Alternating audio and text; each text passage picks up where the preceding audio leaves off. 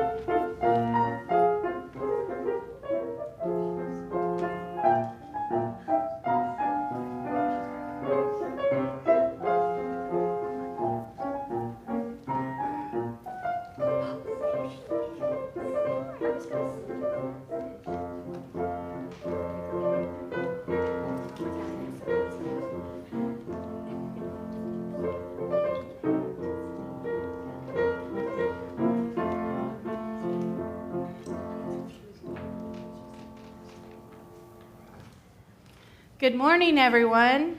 Good morning. Good morning and welcome to the Unitarian Universalist Church of Chattanooga. I am the Reverend Mandy Goheen. My pronouns are she and her, and it is my deep honor to serve this congregation, a congregation that holds youth sacred, a congregation who is committed to justice and committed to loving the world. Thank you for coming today. It's a pretty day outside, and I think people are feeling it.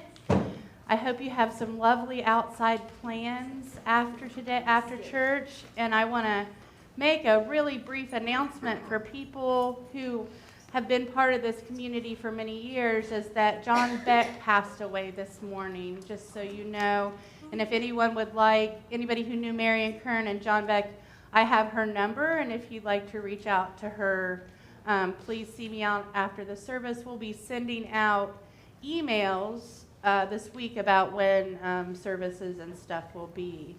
I have a fond memory of him during my search week where he looked me in the eye and he called me preacher, which I quite was fond of. And he said to me, "Preacher, how many times are you going to say God?" And I said, "I don't know. How many times do you need to hear it?" To which he responded, "Never." So I want to bring him into this space and hold his family in love and light and give them the credit that is due for bringing me here to serve this church. If you're just tuning in and have never been here before, welcome. If you've been here a lot of times, welcome. Today we're going to talk about what happened after the desegregation of schools allegedly happened. So we'll talk about that. And I got to turn this on. I always have to say that. All right. In our church, in this space, in this sacred space, we acknowledge that this is not our land. Please join me in the land acknowledgement. At UUCC, we acknowledge that our church sits on Cherokee, Muskogee, and Yuchi land. And because we do not have a covenant with something higher that tells us what to do and intervenes in our life, we have our own personal covenants with what we might call God or spirituality. We have a covenant with each other, and join me in reading that covenant. We journey together, bound in the interdependent web of existence. We embrace diversity, own our conflicts, and assume good intentions. When we fail, we begin again in love. Justice and compassion shall be our watchwords, and beloved community our goal. And now I'd like to invite Judith forward and light our chalice. Our chalice is lit at the beginning of our service to say it's time for sacred, quiet time, whatever that means to you. and that we're here together in special space. And please join me. In the light of truth and the warmth of love, we gather to seek, to sustain, and to share. Our hymn of the month. This is the last day for our hymn of the month, and I would like to invite you to rise in body and or spirit and join us in this fun song. You can snap, you can clap, you can sing, but mostly we are here to rejoice together. Please join me.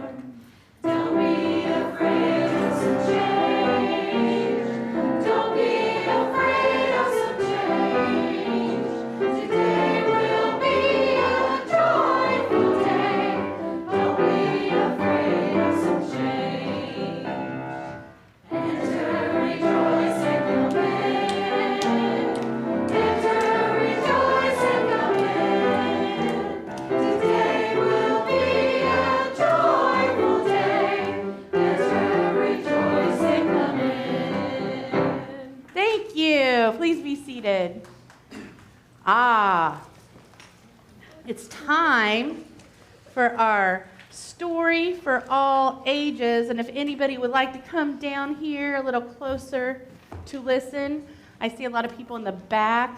Might want to come up here and wiggle for a minute instead of back there. Invite you to come up. You don't have to. Everything's a choice. So, at school, we talk about science a lot. And school is the place to talk about science. But the cool thing about our church is we can talk about science and the divine together because we have an understanding that they're intermixed. Not separate but equal, but intermixed. And this is really interesting because once upon a time in ancient Greece, have you ever studied, does anybody know who Apollo is? Yeah, does anybody know any ancient Greek gods or goddesses? Yeah. Got a couple? What's their name? A couple, but Persephone's my favorite. Once upon a time in ancient Greece in the town of Delphi, on the slopes of Parnassus, did I say that right? Parnassus, thank you. I knew you would know history. The ancient Greeks believed in many gods who had many different responsibilities. Apollo was the god of the sun, of music and dance, of healing and disease, and many, many more. At the temple of Apollo in Delphi was a very important because the high priestess there knew things. She was called an oracle. Does anybody know what an oracle is? Other than some kind of, I think it's a prophet, but I think it's a software. I didn't anyway. Probably an app, right? An app. What were you saying? It's a database. A database. There we go. I knew it was something besides that. So the oracle was a beautiful woman. You'll see a picture of her right there. She's up on a big, tall stool. And do I have another slide for this? I know that sounds like an awkward question right now. Is there a show of the temple with the rocks? Ah, that's what I wanted to see. There she is, and there's what's left of the temple. So this has been here for a long time. And what she would do when somebody would ask her a question, she would go to the rocks and breathe into cracks in the rocks. And gases from something called a volcano were leaking up, and they think scientifically have proven that this oracle was having visions and prophecies because she was inhaling gas. So, see how we get both around here? Usually we hear the phrase, once upon a time. We're ready to hear a story of make-believe. This isn't one of those.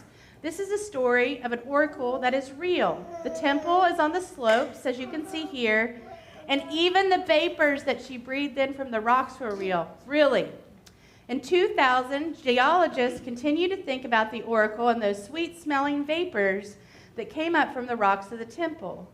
They wondered where those vapors may have originated. The rocks on the temple lay on the ground of the earth. Could they have been coming from there?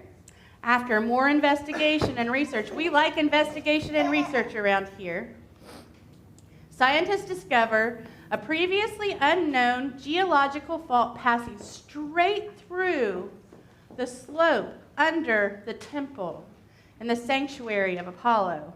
This means that the tectonic plates of the earth are right there, right next to each other. And so who knows what could have leaked up out of that. They think that the smell of that sweet gases put her into the fits of passion that allowed her to predict the future. So it was science, right? Was it just science that helped her predict the future? Just say no to drugs. I know, okay. Was it science? That's an easy way to end the story. It was just science. Those silly Greeks. But that's not the end of the story. The scientific answer does not mean the Greeks were foolish to believe that they had a relationship with Apollo, because that's who she thought she was talking to when she would breathe in the gases, was Apollo. The scientific reasoning does not erase that relationship with the god. When we walk in nature on a sunny day and appreciate the muscles in our body as we dance to music or watch loved ones heal from illness, we are witnessing science in the same way the ancient Greeks might have shown their devotion to Apollo and the oracle. Through these actions, we can connect with the holy and scientific fact. Believing in science and feeling connected to the divine can absolutely happen at the same time. But that's a lesson for church, not school. And thank you for coming and listening to my story today. All right, we're going to sing. I got to find my little clicker. And you all are going to go to religious education. Thank you to Andre and Jan for reading Green Eggs and Ham today. Awesome. Go your way, Jesus. All the rest you wear. Blessed is the path you take. May love guide you on your way.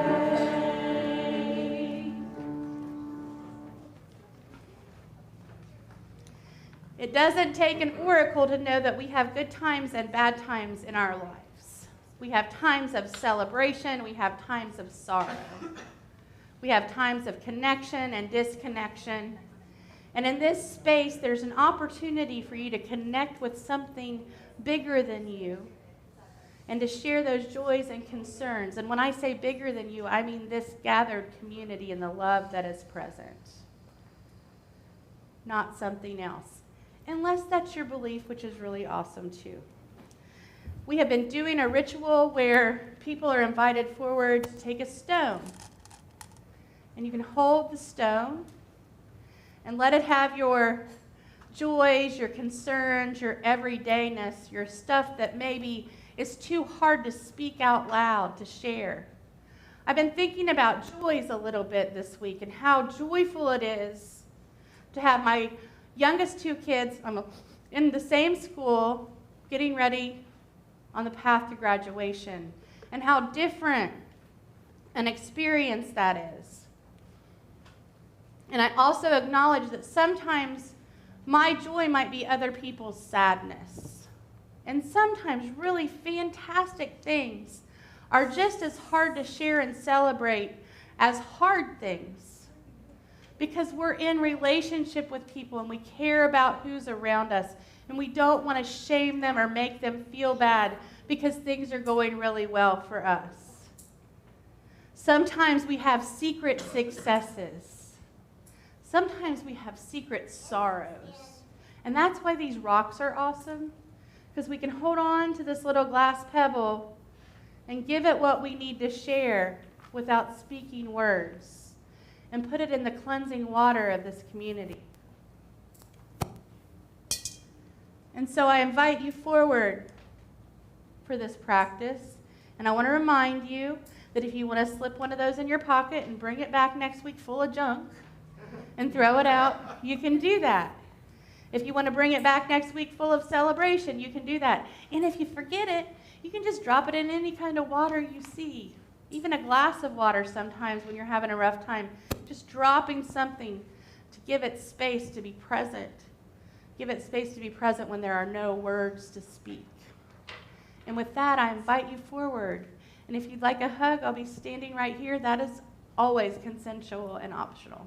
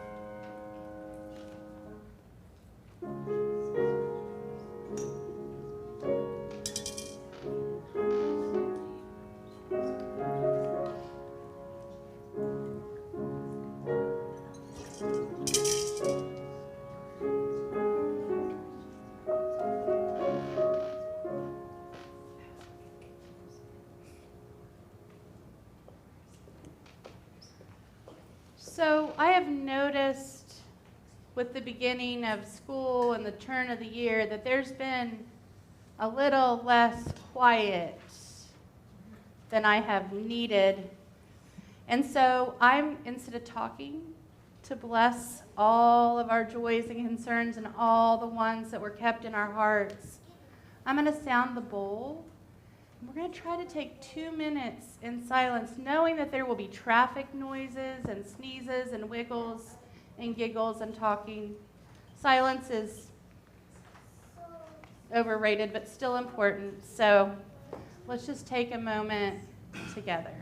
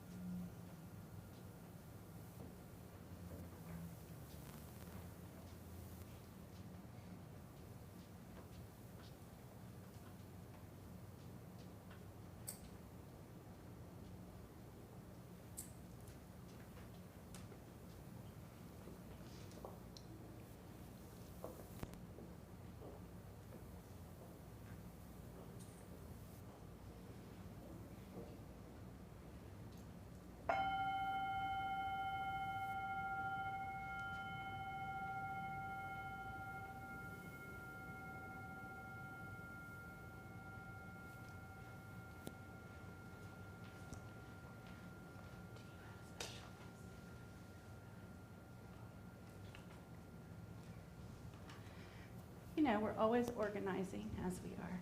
Doesn't silence feel kind of luscious? Isn't it like, I don't know. I kind of had to grow into how much I love just a moment. I'm one who will listen to a podcast or fill all my silence with talking on the phone, and sometimes I just have to remind myself, even 3 minutes is really pretty glorious and indulgent in a strange way in our society today. So take that silence with you where you need this week. So I see some new faces, and I want to just say that this is not a subject that I can stay happy about. I speak from experience of, it was our 24th first day of school in my family, and that doesn't count me or my spouse. We have 6 multiracial children who were adopted from foster care, and I want to tell you that their journey through school has not been a breeze. There's been 15 schools in our life. And for the first time in 24 years, the last 2 are in the same school and there's a bus. So just let me tell you, we've come a long way.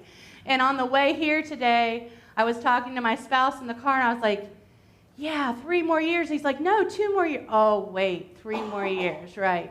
So we've worked hard. We've moved so many times and changed schools so many times because it was in the best interest of our children. When I was a child in 1984, there was the new busing chaos, I don't know a better word, in Columbus, Ohio, where I was living that year. My mom had just remarried a wonderful man and an artist, and he lived in Columbus, and we had grown up and moved out of the country to the big city. It was exciting. And having moved to the big city, my stepfather and my mother were afraid to bus myself and my brother, who had been going to school in Europe, across town to Central High School, the biggest high school in the city. We would have ridden the bus for an hour and a half to get there and back. And I have always been sweet in nature, and my mother was afraid that would be gone if I went to this big, harsh city school. I probably would have been fine, but they chose for us to go to Catholic school. Yeah. Kneeling in the hallway to make sure my skirt touched the ground and having my earrings measured was also new for my little country self. You can have earrings over an inch long, or it was sinful, or I don't know, or just something to gripe about. In that school, I found myself in the same place that I had found myself throughout my education, which was in special education. And for anybody new or tuning in, I'm a person who has dyslexia and ADHD and whatever else I can think of that day to worry about. So, in school, oftentimes, because I had extremely great retention of reading, it would mean that my math would fall in the trash for a while. I never had quite a place to balance out, so I was always in the trailer outside or in that class growing up. And I always had the idea, because I was different, that I didn't belong, because I was different in the class and the trailer often too. I wasn't quite fitting in anywhere, but I was happy for my parents' sacrifice, and also, honestly, they got a scholarship because of their financial status for us to go to Catholic school. Right? Like we go through the motions of keeping our kids in the school where they can learn best. And I want to say right now, anyone who has sent their children to private school, no shade. Anyone who has made sacrifices or moved to a different house so their kid could be in a safe school district, I'm fine with that. In fact, in that 24 years, there are multiple instances of me pulling kids out of school and homeschooling them. The person is homeschooling the kids who was at school in the trailer behind the school. and wound up with the same kid, specifically our son, when he did 4th grade. I'll never forget.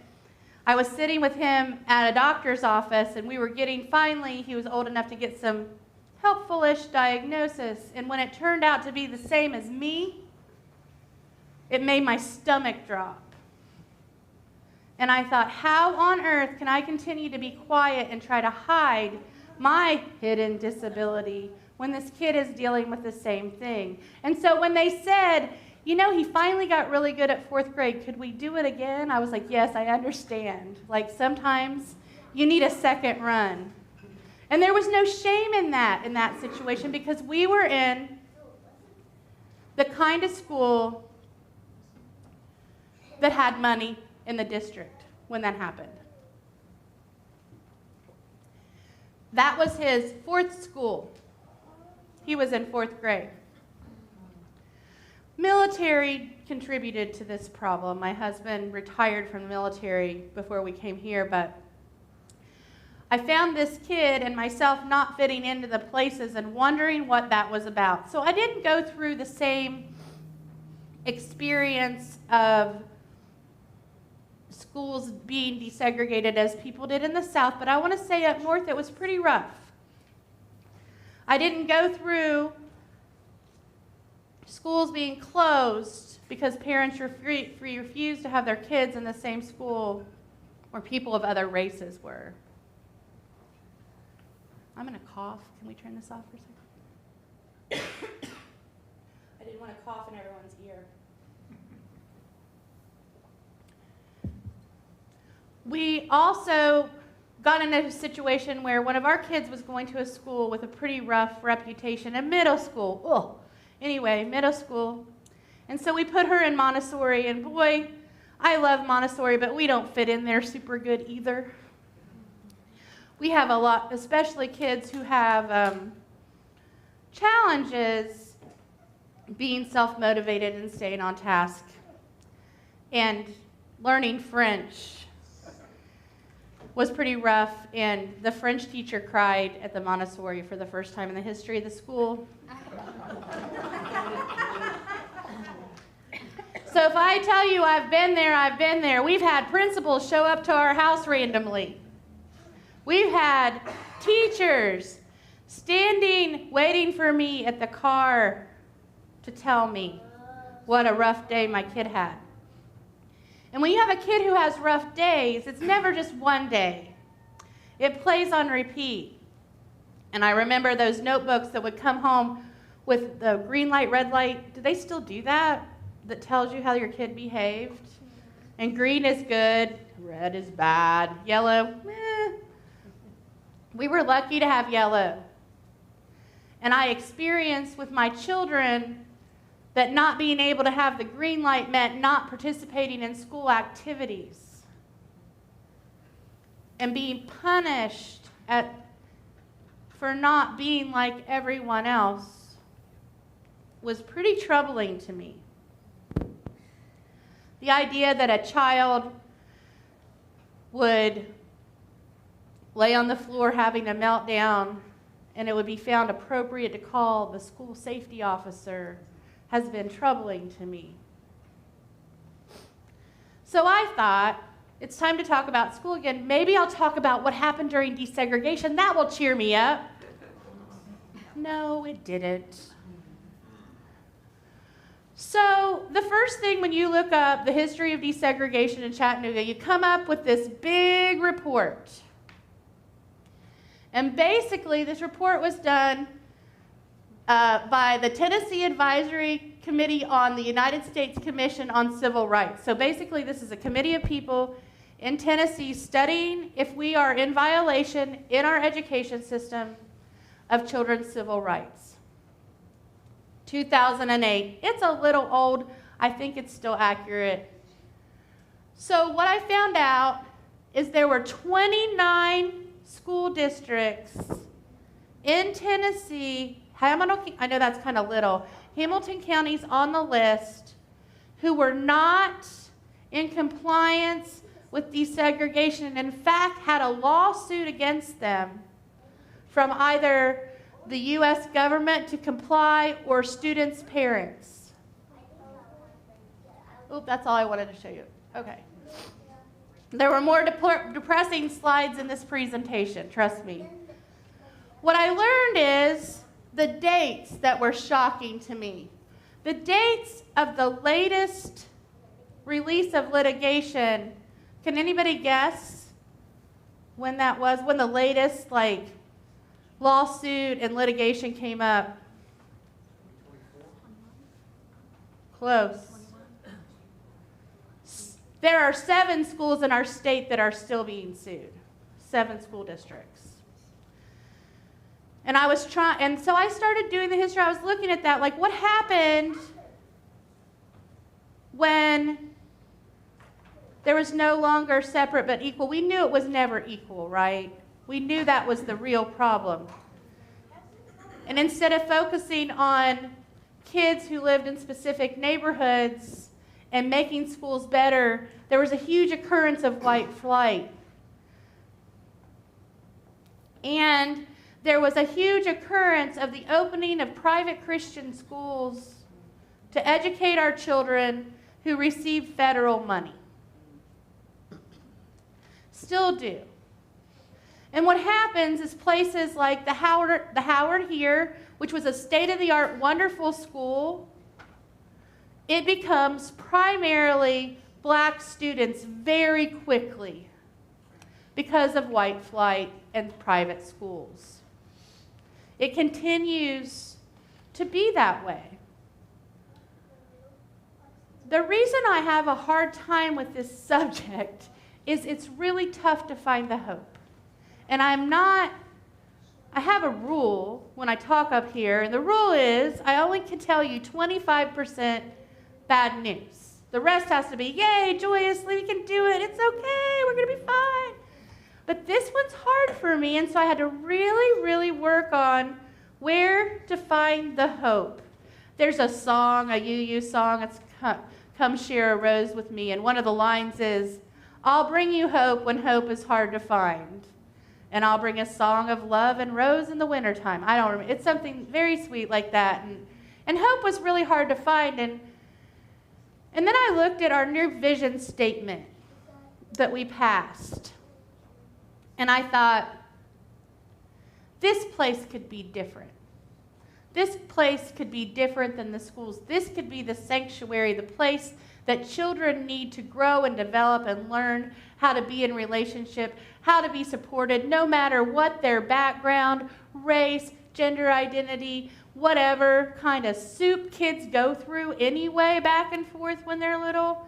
This could be that place. And the vision statement that we just passed says, UUCC, we envision being a safe space. That doesn't mean we are yet. That doesn't mean we are yet. It means we're trying. We're not going, that's too hard and giving up, essentially. We want to be steadfast in honoring our mission to care and in living out our principles of Unitarian Universalism. And some folks are new, and the first principle of Unitarian Universalism is the belief in the inherent worth and dignity of every person. That means every kid belongs here, regardless of their belief system. Even the kids who might be going to those Christian schools during the week, they have a place here too, I promise. And it's one of my biggest joys in my job. They come and interview me for religion projects sometimes. And it's one of the things that I really relish is they're here and they're like, well, who's the devil? I'm like, nobody. What's evil? Nothing. What do you do? Love people. Isn't that hard? Yes. It's very hard. And then I always say, because it's usually women, and I'm always like, and you have rights. I try to slip in a few, But I enjoy the challenge of being with them and understanding that they want to have a conversation. It surprises me how much they don't buy my shtick. I don't think they would buy it, but just the idea to them that there isn't an inherent badness in children. is radical.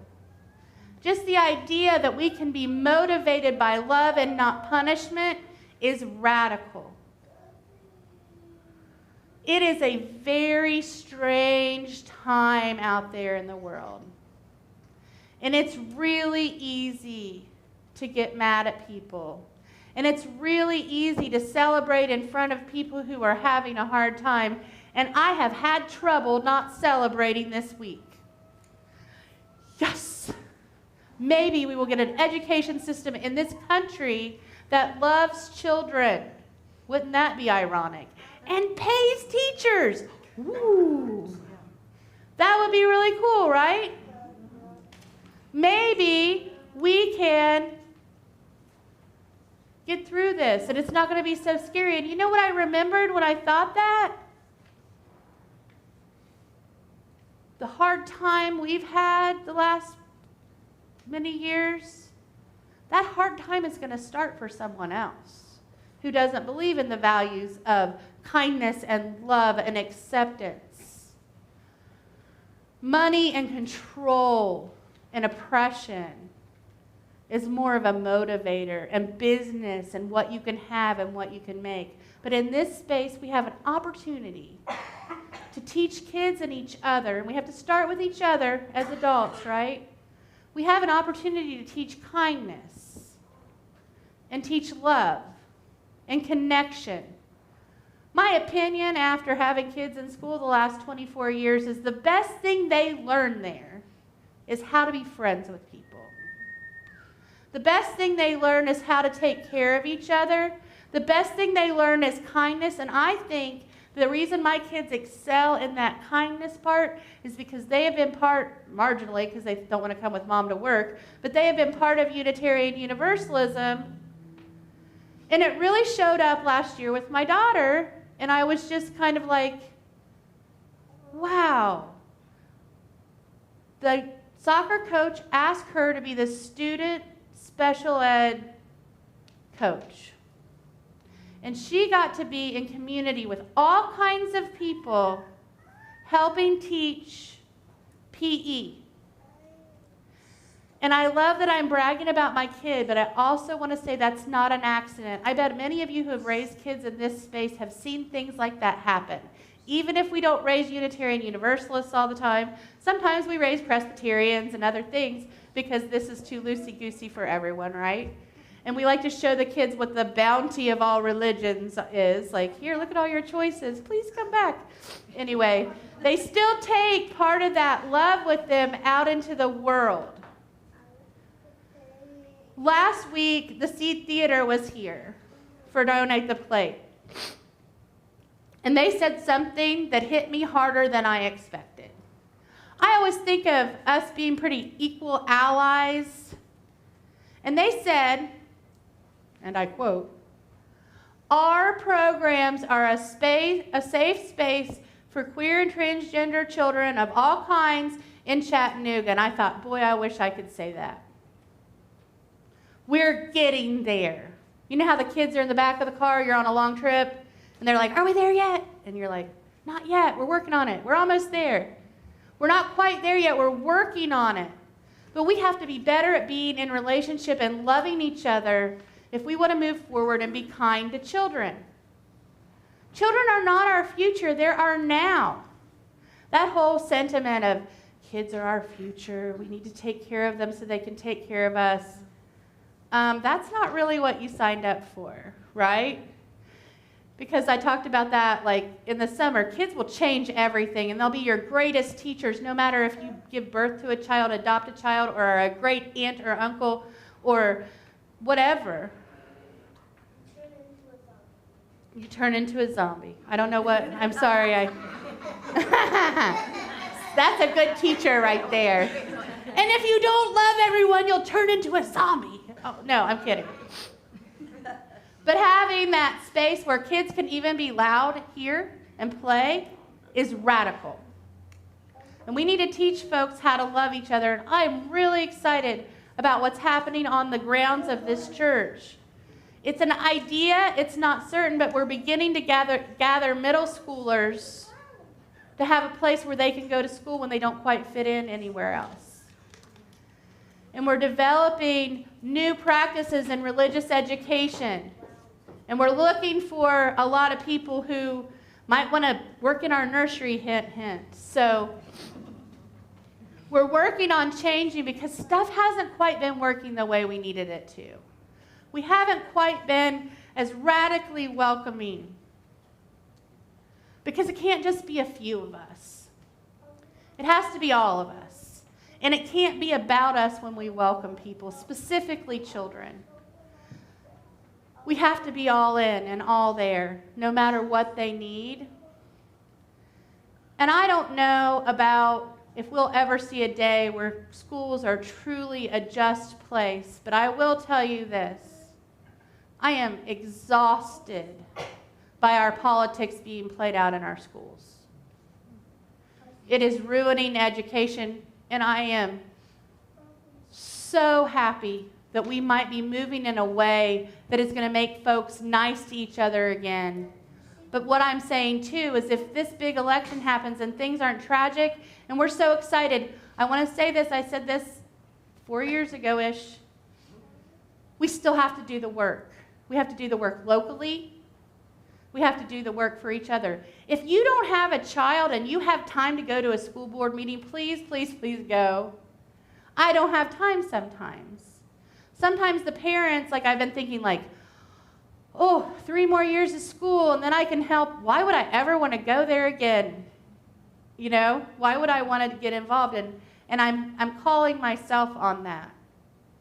I'm going to be committed to helping with schools. I'm going to be committed to where we are in a world where teachers of any stripe, color, expression are free to work in schools where children need them. Because we have, in one hand, a teaching crisis, and in another hand, people that don't admit that they are uncomfortable with their children being taught by black teachers. And it's still happening. We've got to come together and we've got to build relationships with all kinds of people. And we can't get too lost in the statistics and the sadness of the present because we're not talking about us. We're talking about someone's future. We're talking about children.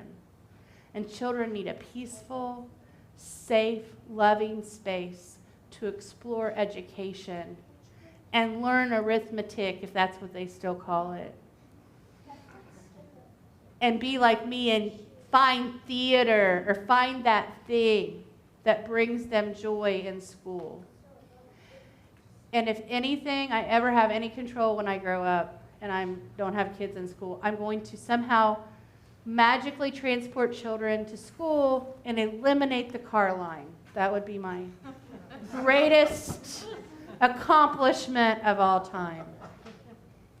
We envision UUCC being a safe space, steadfast, honoring our mission to care, and in living out the principles of Unitarian Universalism, accessible to anyone asking for a spiritual home and beloved community, no matter who you are or where you come from.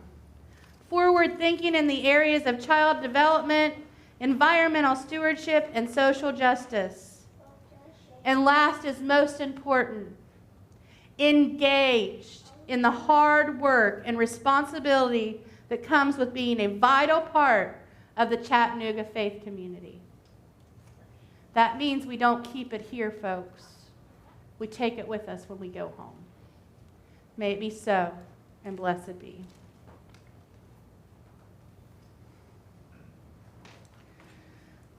So some things that are going on, I just want to update folks about, we're still having a search for a director of religious education right now. We still are a coordinator of religious education. We are still working on getting the nursery straightened out. It is my goal that we will have consistent nursery care starting in September, and that we will have a solid foundation in religious education coming by pretty soon, too. We have amazing teachers. Gray Henry just left and went to school in Minneapolis, And they were the most amazing coordinator this summer. We had such a great time. They were so organized and no drama, my favorite. And one of the things that they did for us was that they have put all the lesson plans together for the next 4 or 5 weeks with all the supplies so that we can keep going. And if you don't think a 17-year-old kid can do the job, they proved us wrong this summer. And it was an absolute pleasure. Last week, at the end, I was supposed to give Gray a compass that said fancy things about they could always come back here. I didn't know where it was. That's why there was a compass on the order of service last week. It would have all made sense, but that's okay. Gray received the compass and a paycheck. And I also want to just say how proud I am of this place and this board of directors, last year's, some new, some old, for approving the idea that someone who was younger, maybe not as qualified or as experienced as we wanted, would be a really fabulous summer solution. And y'all, we did it. And it was a good summer. It's been a hard summer. Please volunteer for religious education. And please just know that the money that you donate in this place is focused on building a future for children. It's not just about making grown-ups comfortable. It's not just about mowing the grass. It's about having a place where someone can take a risk to come and find out who they are and be authentic. And if you're new here and you don't quite know if you love us yet and you want to just let the offering plate slide by, if you think I'm full of it, I always say just let the offering plate slide by. But if not, the offering will be gratefully received.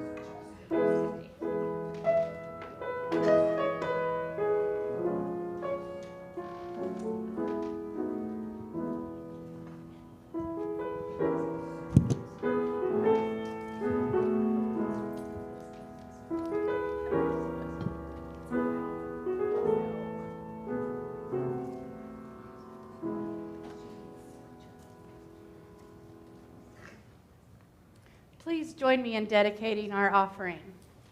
We give these gifts freely, committed to our mission to care, create beloved community, awaken hearts and minds, resist injustice, and act with compassion, embrace life and care for the earth.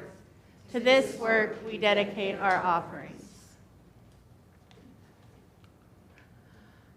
Does anyone know how to sing this really loud? Get some hymnals out, my beloved choir members. We could use a little help. There's some. Oh, Pam, you want to help us? Microphone up, Pam. You want me to bring it to you? I hear the tune. I hear the tune. Hallelujah. I hear the tune. She knows them all. She knows them all. Please rise in body and spirit. Thank you, Pam. We need some help.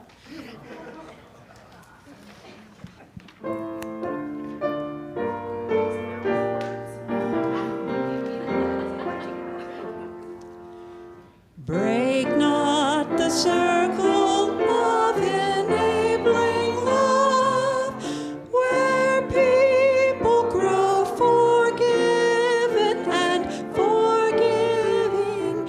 Break not that circle, make it wider still, till it includes, embraces all the living.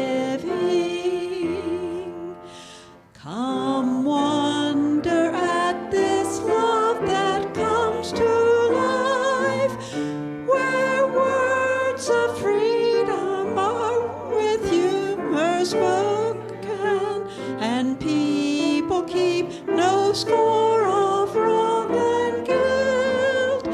But will that human bonds remain unbroken? Join then the movement of the love that frees, till people of whatever race or nation will truly be themselves, stand on their feet, see eye to eye with laughter and elation. Thank you. That's a sweet song. Please be seated. So, ironically, because I don't know how I get lined up with the universe sometimes. Ironically, 3 days ago, this little short documentary came out. I watched it on YouTube last night, and it's the story of Macon, Georgia. And Cookie is Zoe's great-grandmother. And Cookie was one of the children who integrated into the white school. And the story is so fascinating because what's going on in the story is Cookie's granddaughter, and Zoe's her great-granddaughter, have moved into her house so that they can afford tuition at a private Christian school with a higher level of education. And because Zoe's like an excellent tennis player, and that school has a really good tennis program. So they moved in with great-grandma and grandpa, and they're all living, the multi-generational life. But Zoe's mom was unable to keep her job, and so Cookie just said, this is like the story repeating itself of me being young, of not having true integration in private schools. And no matter what sacrifices they had made, they were unable to keep her in that school. But I really think it's a really interesting present-day picture of what I'm talking about. And this is such a hopeful, cool family. I think you'll enjoy it. And I didn't mean to ruin the ending, but that was kind of like all my research had that ending this week, and I was... So let's be nice. Bring your teachers a nice hug, warm hug. Be kind to teachers. I think that's a really good place to start. Be kind to each other. Be kind to children. Realize the day after school was hard. And realize the trials when I was finally relieved that all of them would be at school. It was just getting started. So just remember, school's not always a relief for everyone, but sometimes it's the only place where kids get a meal. And it's really important to be in that spot. Judah, will you come forward? As we light a chalice, we extinguish a chalice at the end of our time. Please join me in these words. We extinguish this flame, but keep the light of truth and the warmth of community and the fire of commitment. These we carry in our hearts and share with all the world. Aw, cute. And Brienne's our board rep today and is going to handle any announcements we have. I do have an announcement. The new school who's renting downstairs has a pet bearded dragon that I told them to take it home this week because we'll need to learn the rules. But it was the weirdest thing. I now have a symbiont relationship with a lizard, so I wanted everybody to know that happened. I just talked to it like I talk to my chickens, and it started acting like it. Anyway, it's really joyful to have kids and laughter in the building, and it's been really fun. If you're here during the week, you might find it a little noisier in the mornings. I just wanted folks to know that. And my part of this service has ended. May your service begin. And Brienne, thank you. Hey, my name is Brienne. I'm the treasurer. My pronouns are she and her. Welcome, everybody. If anyone has any announcements, I'm happy to facilitate or... Hey, Christian. Hey, everybody. Okay, let's see. Let's work it. Chattanooga. Chattanooga, Chattanooga. What are they doing, Chad? Okay, you guys are ready. So for this coming Sunday at 6:30, we meet at the Finley Stadium for the last game of the season of the FC Chattanooga. I gotta pronounce it in the European way. FC, I can't do it differently. But yeah, they're the Chattahooligans, which is so wonderfully different than from all the European hooligans that I experienced over years. I can tell you that. So they're gonna play. We're gonna meet at 6:30. If you're interested, at the exit you find little flyers like this with my telephone number or my email. Reach out to me. If I can know by Friday, I'll make sure that you get a ticket as well. Tickets are $22. If you have any questions, talk to me afterwards. So, and you guys are ready for cheering. Oh, Pam has a question. Christian, the slide says the Lookouts. Is it the Lookouts or the Hooligans? It's not the Lookouts. It is that was 2 weeks ago, but since it rained, we didn't go this year. But Okay. we're gonna go next Sunday to the FC Chattanooga. You can find all that in your newsletter this week, too. Anybody else have any announcements they would like to share? Hello, I'm Charlotte, a member of this congregation and on the board as well. So we have a book club here, and the next meeting is Sunday, October 6th. So about a little over a month from now. This is the book we'll be reading, Circe. It's my favorite book of all time by Madeline Miller. And I hope you can join us. There's a sign-up sheet out there. And yeah, just check out the book from the library or pick it up at McKay's or online or however you like to do your reading. Thank you, Charlotte. Anybody else? Seeing no one, thank you so much for everyone to be here. And I guess the service is over and their service to the world has begun. Check out your newsletter for what's going on at the church. Thank you.